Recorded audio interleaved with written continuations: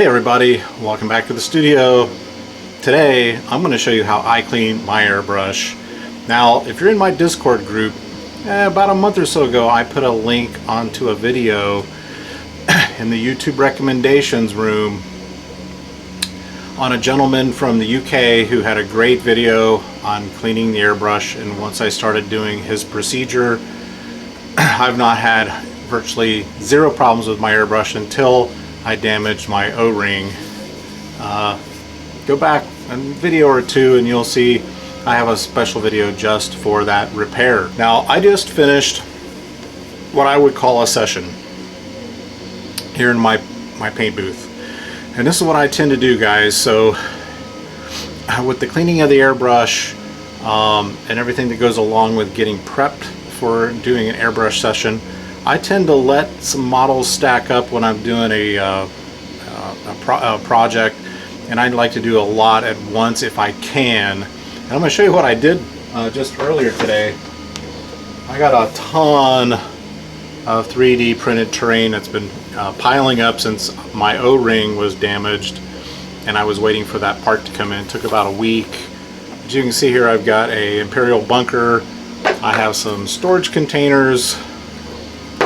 I have some huts, and all this stuff is going to be used for my Kashyyyk board I'm going to do for my Star Wars Legion. Now, with this in mind, I'm also doing another experiment so that I don't have to do so much primer coating with my terrain. I'm actually printing a bunch of those large trees you may have seen. If you're on my Discord group, we'll feature them here on the channel here at some point. But they're a Thingiverse file I've been printing, and I've been printing those in black PLA as an experiment, so I can skip that step of using black base coat with my Stenol res, and I'm going to show you that. Stenol res, right? This is the black. I've got gray, I've got white. I did just get in another batch here this week. Unfortunately, I didn't catch that this was the 4 ounce. I like to buy the 8 ounce. So a little tip there for you guys if you're just getting into airbrushing and you need a good primer coat, that is ready out of the bottle. And then I buy these from Amazon in bulk. You can use them for glue, white glue. I use my wood glue in this. It's because the tip is pointed, it's a lot easier to get this primer into the airbrush, and it's really good for doing your basing with white glue, or if you, like me, like to use wood glue. Alright, top down. Let's go to top down. Here's what I do, guys. I have a small old Tupperware container, so it's kind of stained because I use it so much. And then my famous Gatorade caps. Now this is for putting any little parts. In this cleaning session it's going to be mainly the tip. The other hot tip that I will have for you guys that I gave on my last video, and that is always use parts that correspond with your manufacturer. This is Iwata Neo. I buy all Iwata Neo parts. Needles, anything, my O-ring. This is a spare 0.5 tip, and I like to use the 0.5. 0.5 is better for doing larger models, etc., and also for it's a good spray pattern for using for miniatures. Okay. Always don't buy those cheap aftermarket parts on Amazon. You'll regret it. All right, so here we go. Now I also keep some rubbing alcohol in a container that has a tip with the kind of like what you'd use for mustard. I really like these. I even have this on my booth, next to my booth. I will use between models. I will run some of this through when the paint pot is empty. I'll run it out. I'll put a little airbrush cleaner in the pot. I'll clean it out with a paper towel. Then I'll run just some of this rubbing alcohol through just to keep everything nice and clear. Keep plenty of paper towels. We buy the case at Costco. We go through a lot of paper towels. So let's start getting this going on. We're going to put the components for my airbrush for 15-20 minutes to let the paint soften up. This is what you want to use if you're using Vallejo, any type of acrylic. This is what you want to use. It will take that paint right off. You don't need to use hot soapy water. That's what I used for years. And you want to use isopropyl alcohol. So let's go ahead. Now don't smoke whatever you smoke around this, because it is pretty flammable. Okay. Think of it like moonshine. Now we'll put some in. And guys, I buy this by the case. It's cheap. I just make sure I always have plenty around because I do use it quite a bit. So I'm going to take my lid off. You can see I did pretty well clean the pot, you know, like I said, with a paper towel.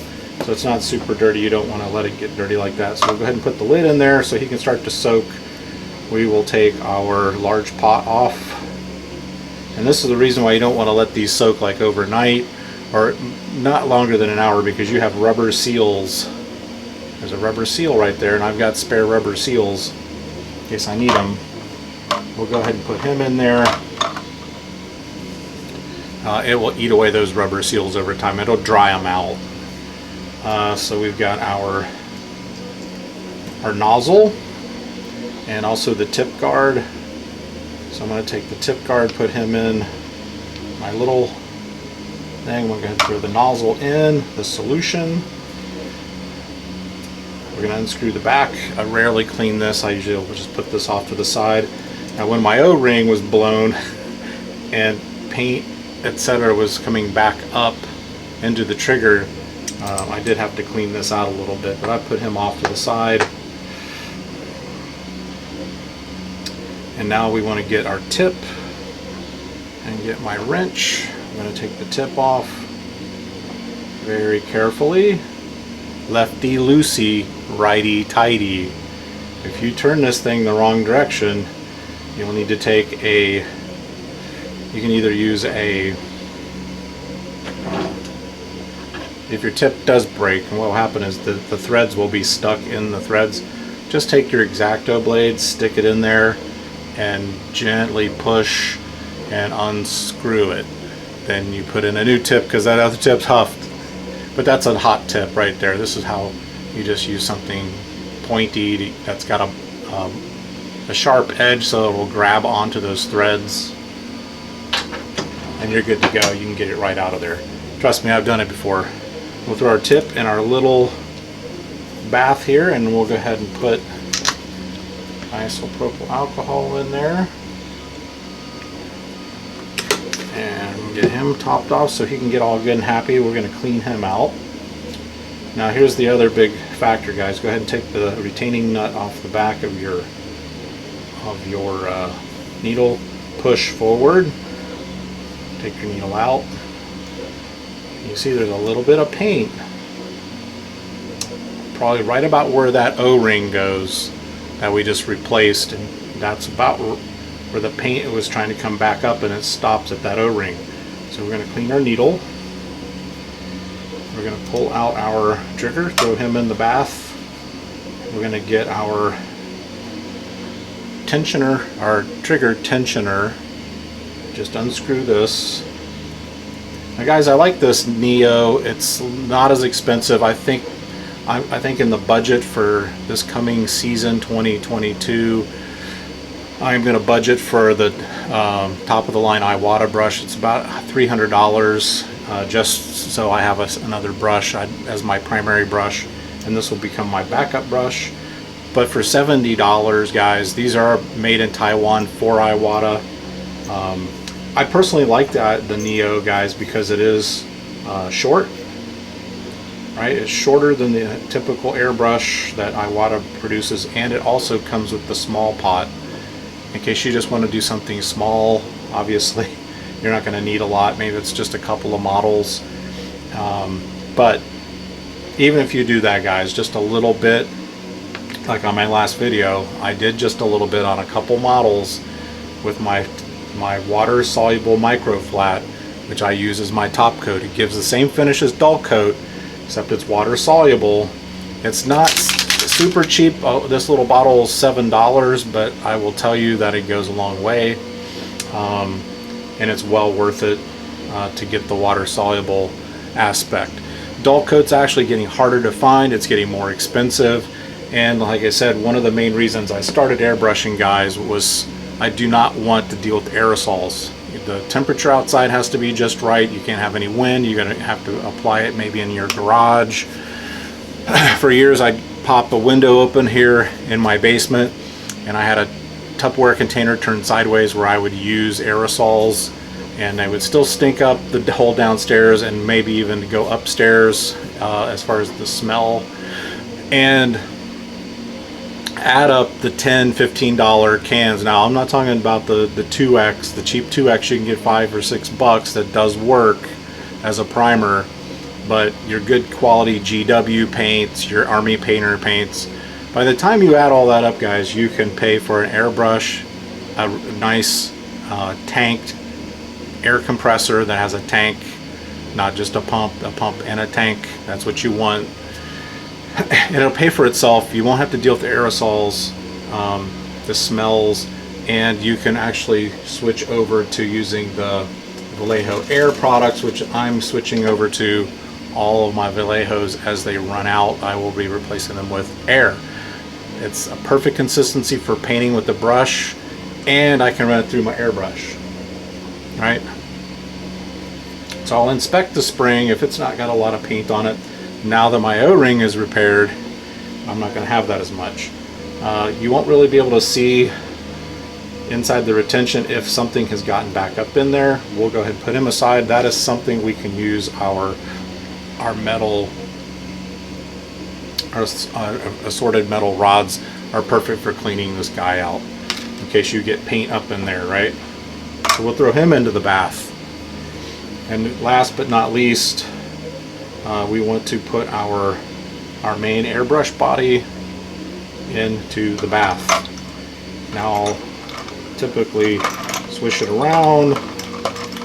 You can already start to see little flecks of paint coming off. Look at that, right from the get-go, from our main body.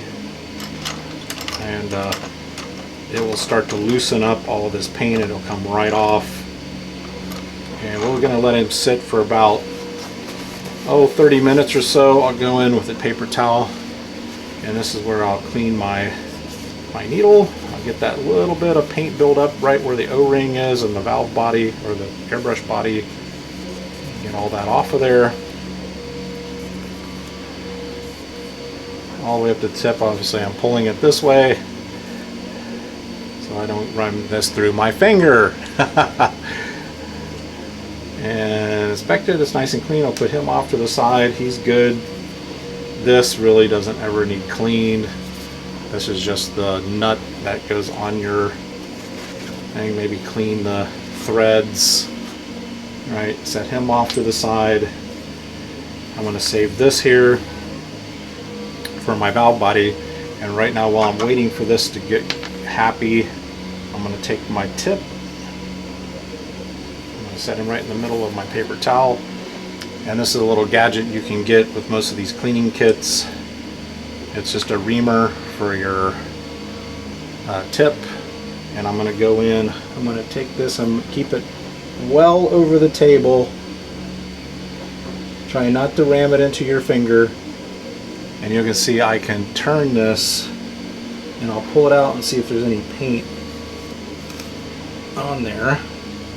There was a little bit, not a lot, which is good. It's telling you the paint is not getting lodged in the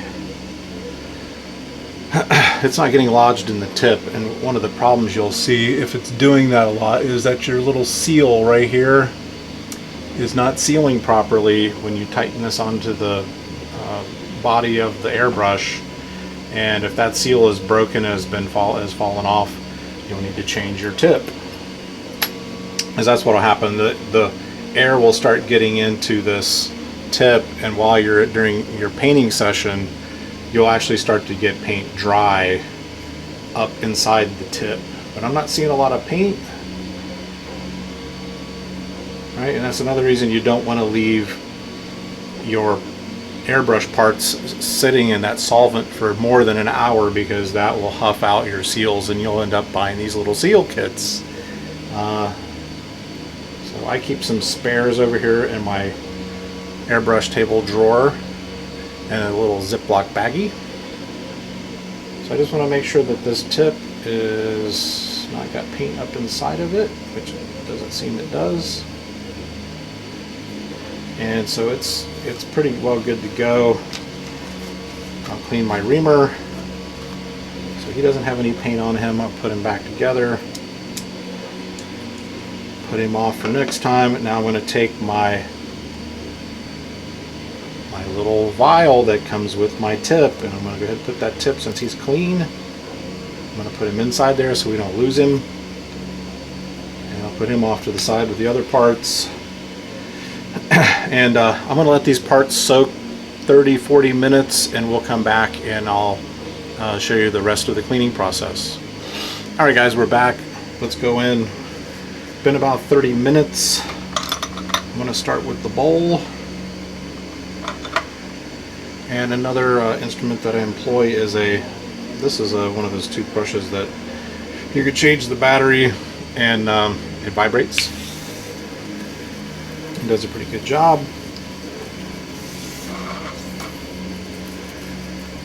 And just go ahead and start getting this clean. Get all the paint off of it. Get the threads. Get the threads nice and clean. Up around the seal. Sometimes I'll have to use my thumbnail, and get some of the tougher stuff off.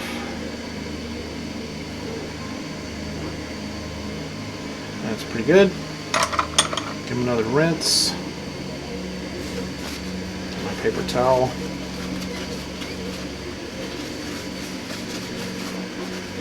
Bowl's clean. I want to go ahead and clean the small bowl too. I noticed it had a little crud on it from last time. So, like I said, a lot of times I have to use my thumbnail to scrape some of this stuff off. Make sure I get the threads good, because we want that bowl to seal nice. Right, it's important. You don't want any air getting into the system where it's not supposed to be. One final rinse. Actually, get some inside the bowl here.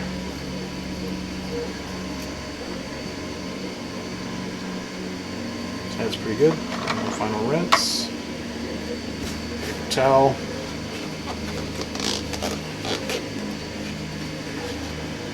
It is nice to have this second bowl, though. There's a lot of times that I do use it. And if you guys are having problems with an airbrush, or you've given up on airbrush and you've gone back to using aerosols, this is probably why. More than likely why. You just weren't giving it a good cleaning. It's really not a big deal once you do it and you're used to doing it. Like I said, I sat here and watched a little Star Wars, Empire Strikes Back, and I'm good to go. The other thing I keep close by, guys, even when I'm airbrushing, is Q-tips and toothpicks. Alright, so let's go ahead and get in there, get it good and clean. Get down in there. You can see, once you get used to the procedure of doing this, guys, it's really not that big of a deal. It really isn't. And get up where the air valve goes, right? So there's one Q-tip, get another Q-tip, get up in here, and the trigger body, it's still got a little bit of paint up in there, so I'm probably going to tighten that packing screw a little bit more. Let's get down in there good with your Q-tip. Like I said, I'm going to get in there, I'm going to tighten that just a little bit more.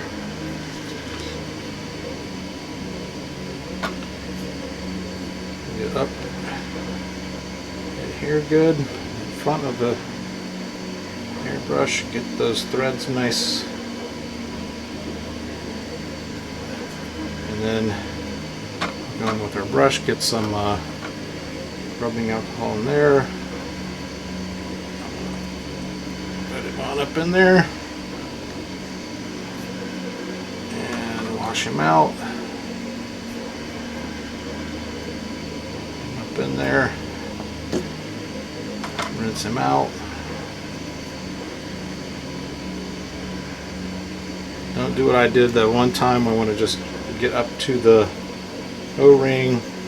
Don't push past where you feel that O-ring. I'm just making sure that it is clean. It appears to be very clean. The body's nice and clean. I'm just looking down inside where the pot is attached. Make sure I got the threads are nice and clean. If I hit those threads one more time with a Q-tip. That looks good. On the outside of the valve body, right here where the bowl attaches, sometimes you'll get buildup right there. Don't let it build up too much or it'll take a lot longer to get clean. So basically want it to look new. That's my goal. I want it to be nice and shiny and looking good. Now we have this little bit here. I'm going to get him with my little brush, my little mini brush.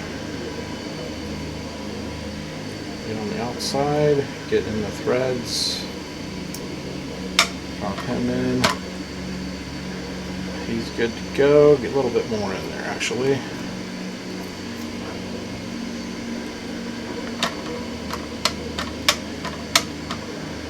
And get him nice and rinsed. He's off to the side here. And let's go ahead and get the main cone done. I'll get this with my brush. And then with my little brush. So I I have like a box of these. Right, they last for a pretty long time, but I don't like to run out. I like to have, like in my food pantry, I like to have extra. Right? It doesn't hurt to have extra, and it doesn't hurt to buy a case of rubbing alcohol. Right? Hey, if we have a war, I can provide antiseptic to the troops. Right. Rinse my little brush out, get all the little bits off of there. One more time inside, grab me another Q-tip. I keep them in a little ball, little mini ball mason jars right next to Q-tips or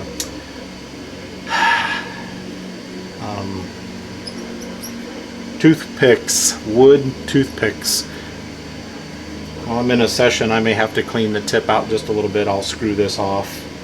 Let's go ahead and put him back together. It looks nice and clean and shiny. So that's your tip guard and that's your nozzle. Right? If you don't have the correct needle, or those aftermarket needles, when you put your needle back in the gun, the needle will stick past that tip guard, and you don't want that. It'll just end up bending that tip. So I'll put him off to the side till we reassemble. Here's our tensioner. Like I said, this is where you can take one of these flexible rods, find one that's the right size. I'll push it through, see if I feel anything. And then I'll look at it when it comes out to see if I'm seeing any paint. I'm not. So our O-ring is pretty well repaired properly, and we don't have any paint getting up in there. I'll go ahead and wipe him down good, get any residues off of there. Put him over here. Now the cap can get pretty grody. I'll usually hold it over the Tupperware container. Drop them in a couple times and knock that loose paint off. But you see how after just 30 minutes of being in that rubbing alcohol, this paint just comes right off like you wouldn't believe. Get inside. Get the top. I try not to put too much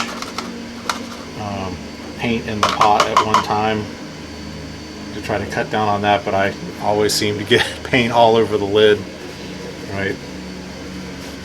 So take my paper towel, just clean out any of the residue. I want that top nice and shiny again. Clean out the inside of the cap really good. You know, making sure that little hole in the top of the cap is not clogged. Just look through, see if you see light through it, you're good. That's the one place you want air coming in. And trigger. Scrub him just a little bit. He still has a little bit on there where that O-ring was defunct. It doesn't take a lot to clean him. So I clean my toothbrush. I've had this toothbrush since I've had the Airbrush, right? Which is, I don't know, 3, maybe 4 years. Let's go ahead and I'm sure you probably hear my Giddy in the background. It's printing another tree, Star Wars Legion tree for my Kashyyyk. Alright, so all of our components are clean. I want to put this guy off to the side, and I will dispose of that. And that little bit I had in the cap.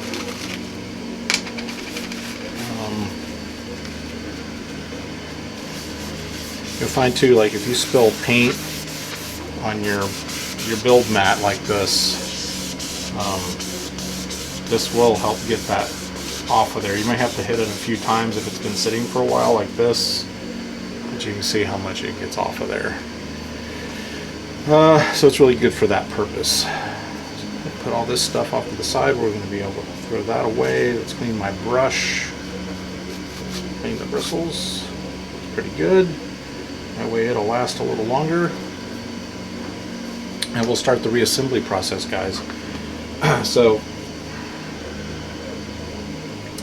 first things first is we will put the trigger in. Make sure your trigger, most triggers will have a indentation in the back. That goes to the back of the brush. Obviously you're going to be pulling that back when you engage your airbrush or you start to spray. So you want him down in the hole there. We want this to go in. This is your tensioner. And we'll go up against the trigger like so. We'll put our spring in. We'll put our tensioner in. So I can have this clean, 45 minutes really, figuring in that 30 minutes of just soak time. You could probably go down to 15 or 20 minutes if you really wanted to, if you're in a rush. The next big thing, guys, and I'll say this and keep saying it, is the brush or the needle goes back through the tip.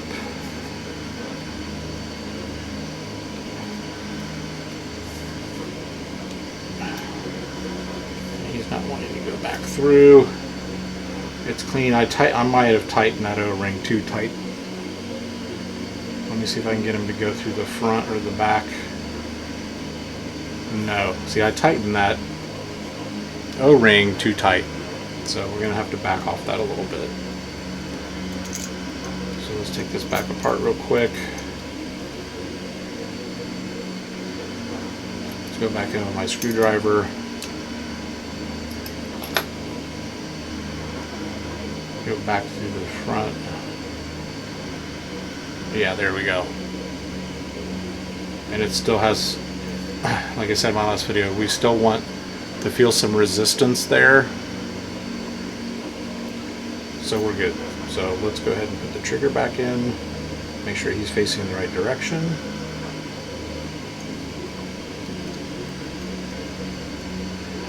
So once I get it where I need it, that little O-ring, you won't have to mess with it. I mean, if it starts leaking back into the trigger, you might have to just give it an 1/8 of a turn, a 1/12 of a turn, just a tiny bit, just to get that needle nice and snug, right? But if you want to know what I'm talking about, watch the trigger repair video. Now all this is doing, guys, is getting your trigger, oops, there's no needle in there yet, we'll show you in a second. It's just getting the tension of the trigger where you want it. That's all that does. It doesn't increase the spray or decrease the spray. It doesn't do any of that. It's all just the flexibility and the pullback on the trigger. Now let's go ahead and put our needle in correctly from the front. The reason you don't do that, guys, is you get in a habit where there'll be buildup, paint buildup, tiny bit still there. And when you pull that out the back, all that paint's getting pulled all the way through the rear of your brush, right? You just don't want that. So let's pull the needle all the way back into the body so we don't damage the needle when we put the tip on. Let's go ahead and put this on, tighten it. We're going to go ahead and put our tip on. Here's how I always do it. You finger tighten it first and then you tighten it. So just get a good hold of the airbrush, holding it over the table, and spin the body of the airbrush. Don't make, it's like anything that you thread, just make sure it's threading smooth and you're not forcing the thread. And we're good. I'm going to take my little mini wrench. This is making sure that the tip is nice and straight, which it wasn't. And again, if this doesn't screw in smoothly, guys, you just need to replace the tip. Because after several, I would say, maybe after a year, but this is why you got to be careful. See how I just redid that? The threads just weren't started good. It will make your tip last a lot longer if you do that. Tighten it down just snug, just where you can see that little seal engage. Now I want to try out my trigger once I put the needle up through the tip and I see the tip of the needle come and it is seated against the, pushed up against the tip. And I just want to make sure that it's the right pullback that I like. Go ahead and put the nozzle on and with the needle guard. If you do this and that needle pokes your finger, that's the wrong needle. The needle's too long. The tip of it's too long. And that's very common with those aftermarket needles. So beware. Pay a little extra, get the Iwata. They're usually, the new needles are $15. So we got that on. I'm going to put my big bowl, which is what I'm going to use 90% of the time. And screw him back on, not too tight, just nice and snug, so that seal is making a nice contact and nice and snug, but not, you know, cranking down on it and ruining the seal. Okay, put my lid back on. Whenever I'm ready to put my quick connect back on, right, with my valve body, and you're good to go, guys. That's cleaning the airbrush in a nutshell. It's not hard. Once you do it several times and get the procedure down, and make sure you're putting your parts off to the side so they're not getting knocked off and lost, and you're putting your tip back in your little vial. Your airbrush is going to work for you every time. And I hope I'm sharing some stuff that I've learned the last year and a half that's made my airbrush sessions go a whole lot smoother. And in the future, if I run across something I think needs to be shared with my airbrush sessions, I'll be sure to make a short video and put it up here for you guys so I can share the knowledge. And post any comments below if you have any experiences that you've had with your airbrush and tips you'd like to share with the community. And hit like, hit subscribe, and get on over to my Discord group. See you next time. Ciao.